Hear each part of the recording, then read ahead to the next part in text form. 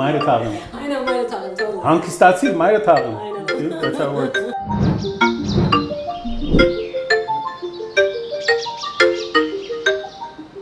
Hello everyone, we are here for Kandid Koffee Season 3, Episode 3 with Goliath. Fred is co-hosting here with me, and Peter and Seda, who are representing the Paros Foundation. We're also doing a live so that we can gather some donations and tell people all the work that they have done thus far. Yeah, thanks a lot, Christine. So Seda reached out to me along with Tenny a while ago and said, hey, we have this opportunity with Paros Foundation. They have these anonymous donors that are going to be matching their donations. What can we do to maximize this opportunity? And so that started a process of just doing a bunch of lives and trying to reach out to different influencers so that we can get the lives and try and get as much donations as we can from the Instagram community. And that's where I met Peter in one of the lives, which was fantastic. I always love meeting the different CEOs and presidents and executive directors of all the nonprofit organizations that we work with. So Paros Foundation is doing great things. They have a lot of different projects that are ongoing, but currently the main project that the current fundraiser is going for is it's called the Artsakh Relocation Program. Am I saying that? It was a long name, but the Artsakh Resettlement Program. Yeah. There you go. Not relocation, resettlement. Sorry, the Artsakh Resettlement Program. And so what Paros Foundation is going to do is they're going to build permanent housing for a lot of the displaced families that came out of Artsakh. And on top of that, so they're going to create permanent housing for them.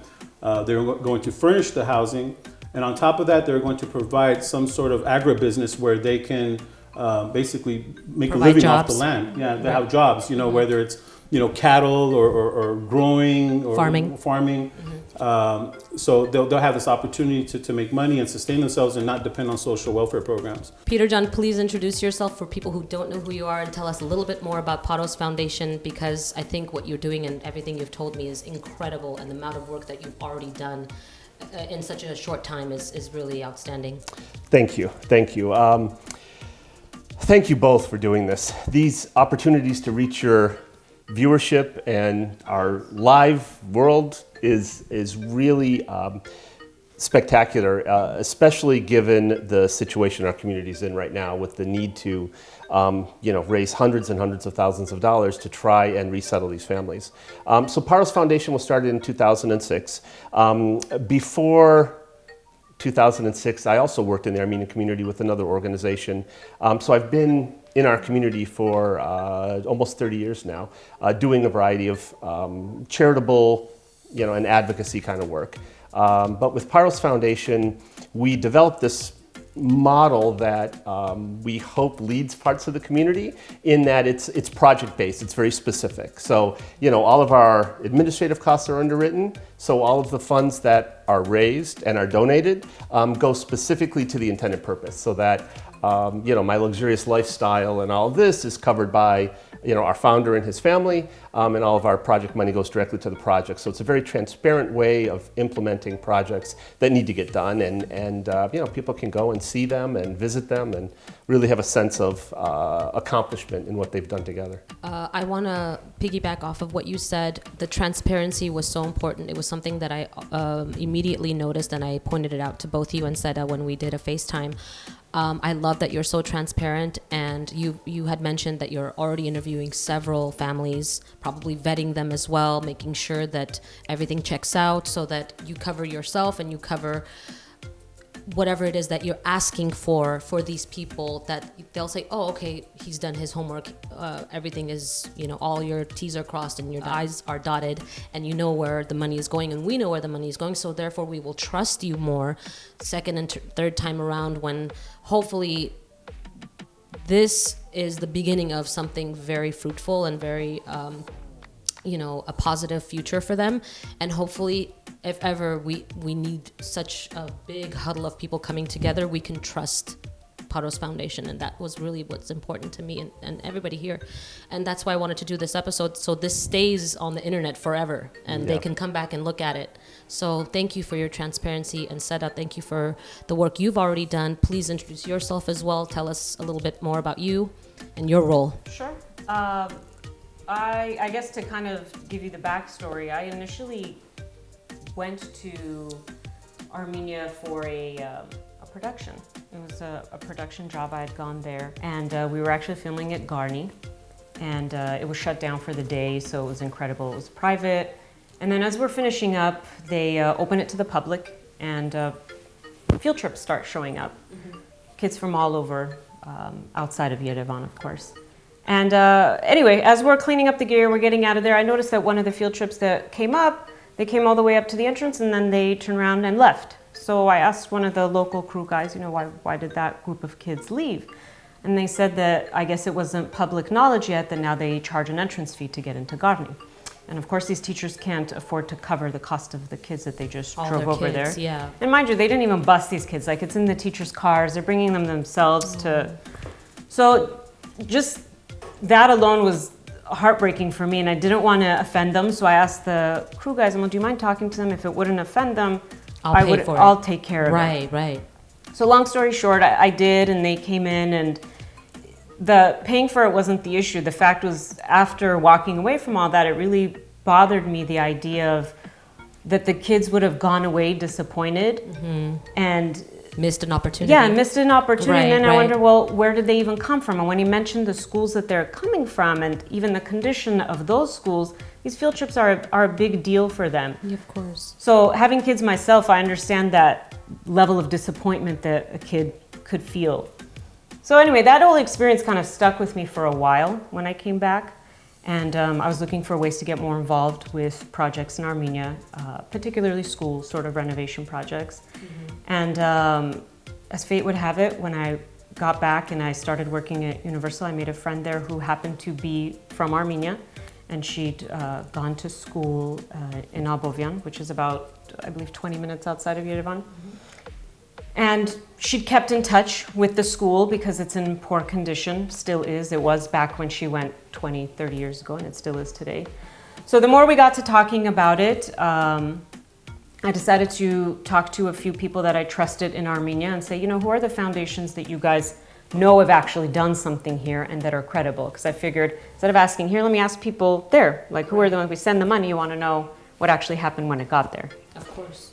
And sure enough, they referred me to Peter and the Paros Foundation. They said, we've worked with them, we've seen the results of their work, and we feel confident referring you to them. So they did, and we've spent now the last 2 years renovating that school in Abovian. I've helped raise funding for that project, and they do incredible work, and it's been so transparent. And if you're a donor, if you donate even today, you'll be on their email list, and you'll get updates regularly on all the projects that they're doing, but especially even the ones that you donated for. So anyone that I've brought to donate, they get regular updates. If you follow them on Instagram, you see the updates.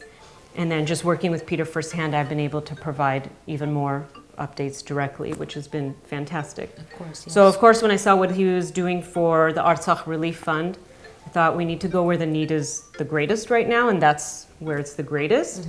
So we wanted to reach out and bring a fresh wave of funding, and I was so inspired, and I know Peter mentioned too, inspired by what the diaspora did through social media. And I was like, okay, we need to grow a greater awareness of what Paros does in this community, let the people know, and hopefully keep that motivation going. Of course. Keep it going now, and I don't want people to be discouraged. That's actually something, I know a few of us are actively trying to keep alive, and that's the donations among the diaspora, especially on social media. Obviously, after the agreement was signed, it just completely just died off. And, I'm always trying to remind people that the donations weren't a temporary thing to begin with. We should all be donating to an organization or organizations on a monthly basis. So I always tell guys, figure out what amount that you can do, right, per month, maximum amount that you can donate per month, and then figure out the organizations that you want to spread that across and make that a monthly thing that you do. You know, I love Paros Foundation. I'm not saying you have to do it Paros Foundation. There's many, well, I don't know if there's many, but there's a few very trustworthy organizations that I've had on my lives. We've talked about, and so pick the ones that you want. But at the end of the day, it is up to every Armenian in the diaspora to dedicate a portion of monies that they make that goes back to Armenia in some way, shape, or form. Yes. It is our duty. Yes, and that is the only way we're going to help all those things that you guys keep talking about. We need to rebuild the military. We need to do this. We need to do that. It costs money. None of that is free. Yes. And we have to be the ones that funnel that in. And, you know, as we funnel it in, we can dictate who gets it and what they do with it. And so we can hold them accountable. Yes, I was going to say, we have to hold them accountable. We will, and we do. Trust me, everyone is a lawyer, geek knock on in my DMs. So we have CPAs and lawyers. Everyone's a CPA and a lawyer. You know, so that is our duty. That is our duty. And actually, when the war first broke out, one of the first people that reached out to me was someone that you know. Her name is Anna Astvatsataryan, and she's from Baku. She was born in Baku. She survived the pogroms and had to flee and all that.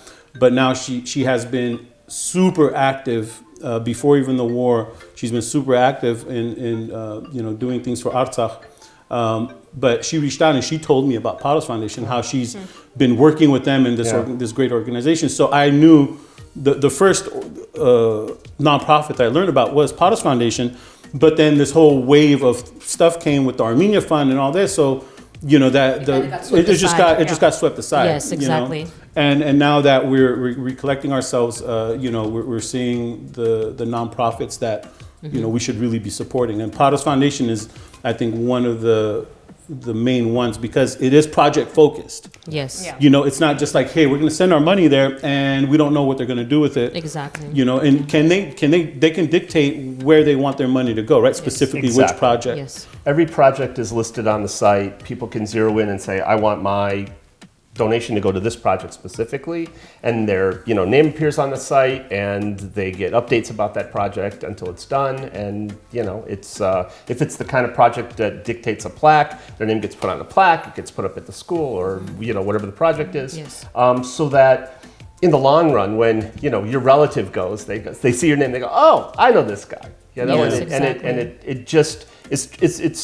it maintains that level of transparency that our community both demands and deserves.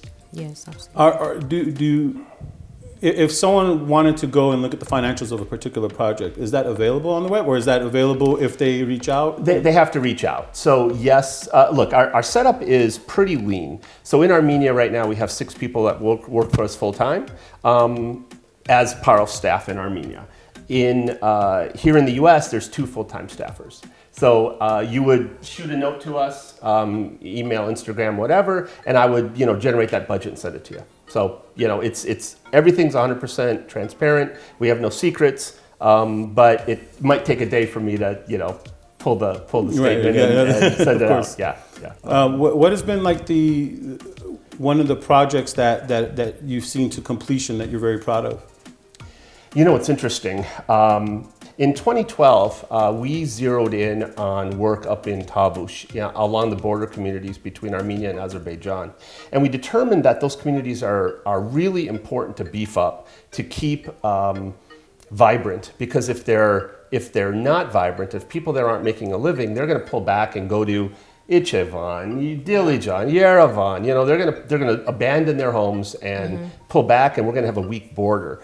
So we started investing with key donors that understand this border initiative, and we built up several of those communities. Started with like renovating the school, renovating the healthcare center, renovating the kindergarten, helping with street lighting, basic infrastructure in those communities, and then investing in individual families with businesses, with these agribusinesses, or with things that will help them prosper in those communities. And when this Artsakh resettlement need arose, we leaped into it pretty quickly because I very strongly feel that if we don't act quickly as a community, those families that are not able to return to Artsakh are going to scamper and go to Russia Georgia or and whatever. everything. You know, Yes, and they're we gone. don't want that to happen. Yeah. That's really important. course. That's something that I felt like our community owes Armenia after this tragedy of the war and course. its ultimate response. So in doing that, we figured, okay, let's start with that community that we've already invested in along the border. We knew there were some vacant homes there, so we went into the community and And which started. part is this again? It's the village of Nerkin Garmirakbur up in the Tavush region, in the upper northeast part of Armenia. Okay. It's about 3.5 hours from Yerevan. Wow. Okay. So we have bought, as of right now, 5 homes. We've identified 5 families. We've interviewed 75 families from Artsakh, our team in Armenia. Okay. We've purchased 5 homes, identified 5 families. The renovations are taking place on all 5 homes right now. I tried to buy my ticket this morning. I'll complete it tonight. I'll be there in early March, and we'll hope to move the first family into their new home. With the funding we have available right now and the community working together, I think we'll be able to do 50, 60, 70 families in different parts of Armenia, but we're starting there. And it goes back to why, what project was so good? Well, the development of that village has really become a lovely place. I mean, it's on the border, but the school's great, the kindergarten's great, the teachers are vibrant, the principal's vibrant, the healthcare system's excellent, and there's some life in that village that really was, on a decline. So now with this new influx of another 50 people to the community, 30 kids to the schools, I really think it's a model that can work in other communities. Yeah, I just want to piggyback on that because you're talking about the community here supporting whatever nonprofit you believe in, and also understanding the difference between them too. There's ones that help with the immediate need, like the ones that are immediate groceries, medical aid, It's whatever. like the Miasin, Exactly, Miasin.org. Exactly. Miasin, the work they're doing, Exactly. beautiful work, and that's important because that's the immediate need. And it's They need food, temporary. but it's temporary. Right. So in a few months, that family's going to need a home. Those kids need a room. They need to go to school. Most of these families, their kids aren't in school right now. Yeah. They're just sheltering. They're missing out. So that's just the difference. I think the work Paros does is for the long term, and then there's other really great organizations that will help with that immediate aid too. So it's just knowing which one do you want to get behind and understanding that, there's a difference. And I just like the sustainability of it because it's about not just, giving them groceries for today, but providing a way for them to buy groceries tomorrow. Of course. So that's the whole concept behind it.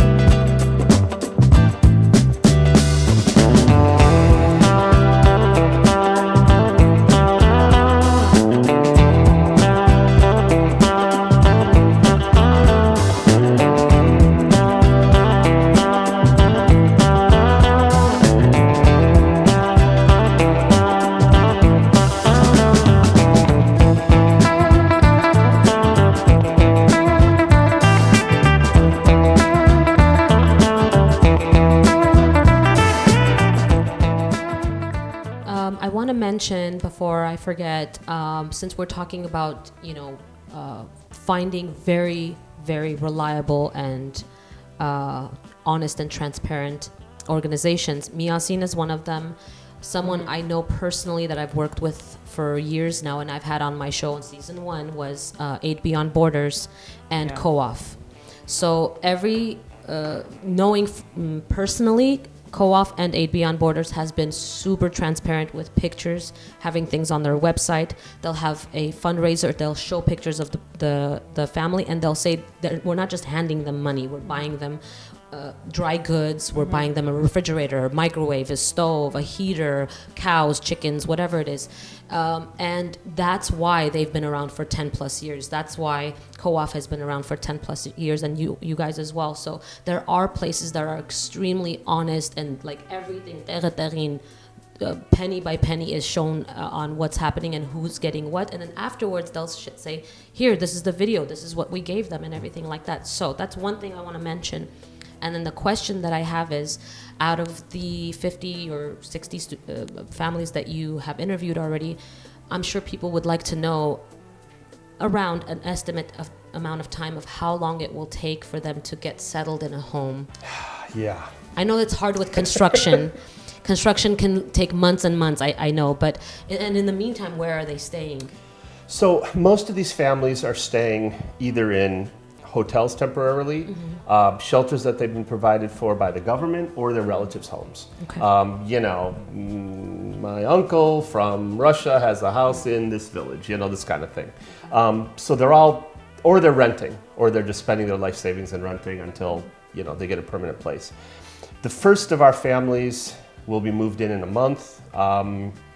It takes time to purchase the home, get the renovation set up, renovate it, and then, get the family in. So it's about a 3-month process per family.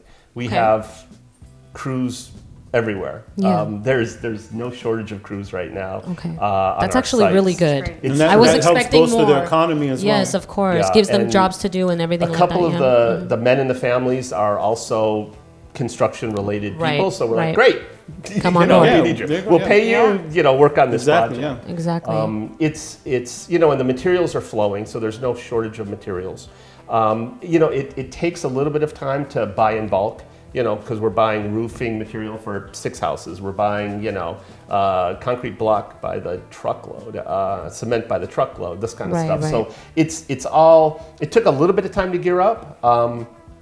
But things are going gangbusters right now, and the community as a whole is very excited to have this new influx of, people and potential spouses that,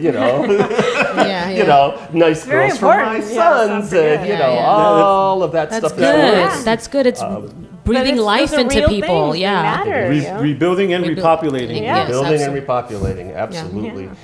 And at the end of the day, this community will be exhausted with a couple of more homes. Maybe there'll be 7 or 8 homes total in this community, and now we're looking at the next community. But the first one is sort of let's get this one set. Once we know all the homes are bought that can be bought, and the renovations are started, we'll move on to community 2, and wherever that may be. So Wherever that may be.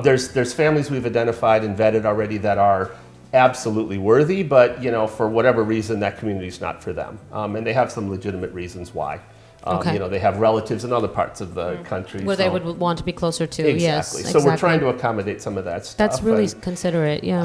I also need to talk about a coalition that we're a part of, or it's being formed, and I was hopeful that we'd have some answers today where I could say, hey, guess what? But not yet. But very soon there'll be an announcement about a coalition of Armenian organizations working together to get this exact thing done.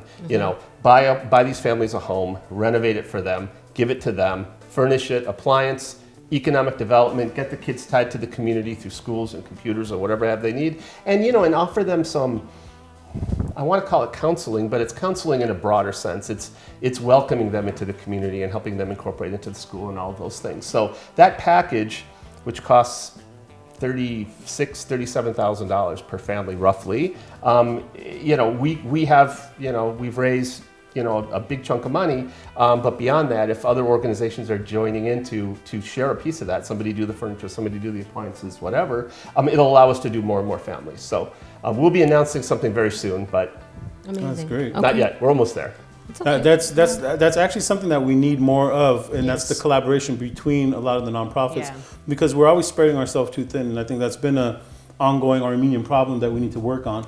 Uniting on these. Yeah. You're uniting, because what happens is I can do this better, and then they break off and Yes. go do it their own way because they don't agree on one specific thing, and we see that with the nonprofit. I don't, although I'm, let's say, involved with Miasin, I don't, when there's another organization that's doing what I'm doing and they need my help, I help, Exactly. and vice versa. And we've been doing better and better, but there are orgs where it's like, we're just going to do our own thing, and we got to stop that and collaborate more, because number one, we're diluting resources, Yes. and number two, we might be doing the same thing twice. It's inefficient. Right. Exactly. So we might be helping the same family twice. We don't know that. There should be one single database that we can all share, and we can see, oh, this family is being helped by Miasin. They got this aid, Right, There should exactly. be some kind of database which we try to maintain and are willing to share with whoever needs it. But And we try to do the same thing. The challenge is there's a void in organization with the government and in our community in general. So as much as we try to share, there's always stuff going on. I mean, we helped a family. We did some short-term stuff initially because we were, being begged literally for assistance from families that were in Artsakh or back in Yerevan that needed, or in Armenia that needed help.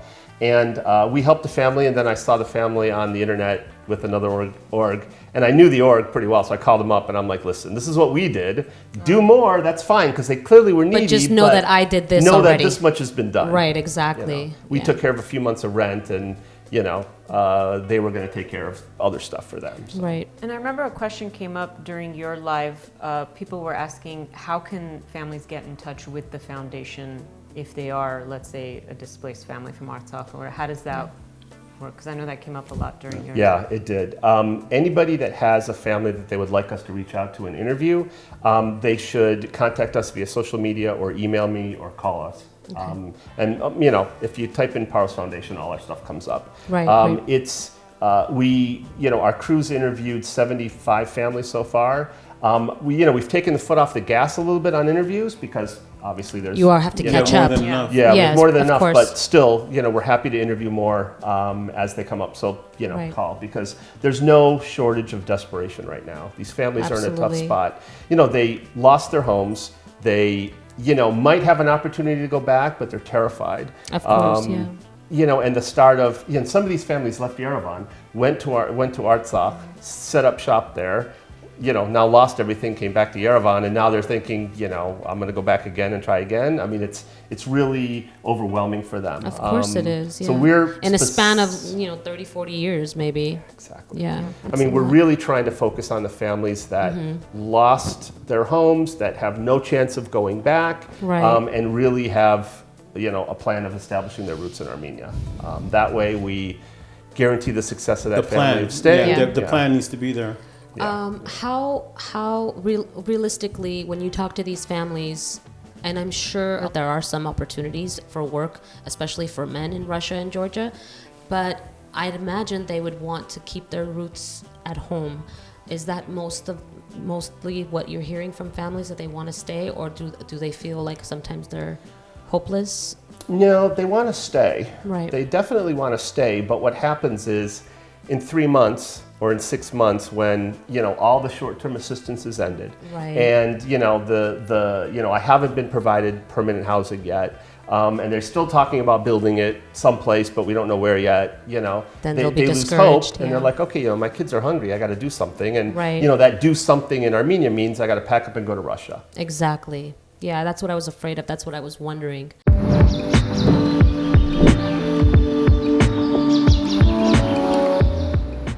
When this whole thing happened, a group of young developers reached out to me and said, "Hey, we have this app. We're trying to get it, in front of, Armenia Fund at the time, but things weren't working out or whatever. And we would love for you to take a look at it. And if you think it's viable, your help, we could use your help." And so I met with them, and I was like, "I love this." I was like, "Let's do it." And so what the app is, and we're working on the first phase, and we've been working with Peter. They're going to be, it's eventually going to include all the nonprofits on there. Okay. But initially with this first launch is just Paros Foundation, so we can work out any kinks or anything that's in there. Can we know the name yet or no? Yeah, they're the guinea pigs. Huh? Can we know the name yet? Yeah, the name is Donur. Instead of donor, it's Donur. Oh, Donur. Oh, cute. Donur. Okay, I like that. And it'll be available on the App Store and in the Google Play Store. But the beauty about this app is that you'll be able to, again, this is not available in phase 1 yet, but when the app is completely done, you'll be able to go in, you'll be able to pick the nonprofit of your choice. Let's say you click Paros Foundation, and then once you click on Paros Foundation, you'll see all the projects that they have ongoing at the time. And you can click any one of those projects and donate directly from there. And it's linked with your Apple Pay or Google Pay, so you don't have to Simple. go to another website. It's Yeah, literally put in your like card information, It's literally yeah. like a 30-second Yeah, process, you don't need right? to find a credit card, anything. Yeah. It's Yeah. No, but that's not that's just like the basic. wait, there's more. But wait, there's more. The beautiful part about this is that when it comes time for individual fundraising. See, like you were doing fundraising for Paros, I was doing fundraising for Paros, and so the process is kind of like this messy process in trying to fundraise and keep track who did what, when, How where, much, how much. And so now, keeping that same thought in mind, let's say we go to Paros Foundation and then we see the Artsakh resettlement program and go, I really want to raise funds for this program.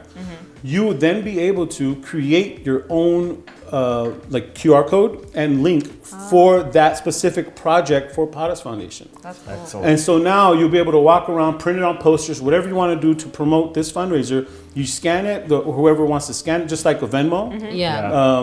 But now it goes directly to them. It doesn't touch your hands. You don't do this, send it to me. I'm going to send it to them. Yes, which is great. But take out the middleman. You're taking out the middleman. Right. It goes directly to them, and it keeps track of who donated to which project. And so then you would be able to go and see that for that specific project, Fred donated X dollars, Christine donated X dollars for this specific project. And then you would then also be able to see that, Seda, from all the fundraisers that are taking on this project, Seda's in the top right now. She's raised so much for it, Yeah. because we all love to have our name on the wall, right? So Perfect. And so this is a great way for let's say soccer teams that want to do a fundraiser. Yes. So instead of baking cookies or whatever, collecting cash and then having to do the cash, they could, let's say, set up bakery. Hey, donate $10 and you get your cookies right here. Just scan this, you get cookies. Whatever they want to do, but it becomes a very seamless, effortless process that's very fast. And like I said, the end user doesn't need to have the app. That's the beautiful part about it. If you want to donate, you don't need the app. You scan the QR code and it pulls up Apple Pay. And I like Yes, that's good. it literally Download the app. I forgot my Apple ID. Blah, blah. The only person that needs the app is the one that's creating the fundraiser. Right. After that, it's just the QR code. You scan it and it pulls up Apple Pay, and you literally donate within seconds. That's there's no awesome. setup, no nothing. Terrific. Awesome. And so What's the name again? Donur. And What's that name again? Donur. There you go. And we're actually very, very close to launching. I know, We're in the she's final okay. steps. Sirtas. There you go. That's from Armenia, by the way. Is it? Yeah. I love these. I love the I need pomegranates. some. Are so. When this If war anyone's broke going to out, I Armenia, saw it. please I bring had it a back dream. for me. I had the weird, there's dreams and then there's dreams that meant something. I had this dream when the war first broke out. We have a pomegranate tree, and in my dream it had massive pomegranates, like bright red, like this, pomegranates on it. And I just remember just looking at this like glorious tree with the pomegranates, and I was like, and I woke up and I was like, that means something, and it just stuck with me. It just got ingrained. But the app is going to be Definitely launching. significant in your role. I think so. I think it meant something. I don't know Yeah. what, but.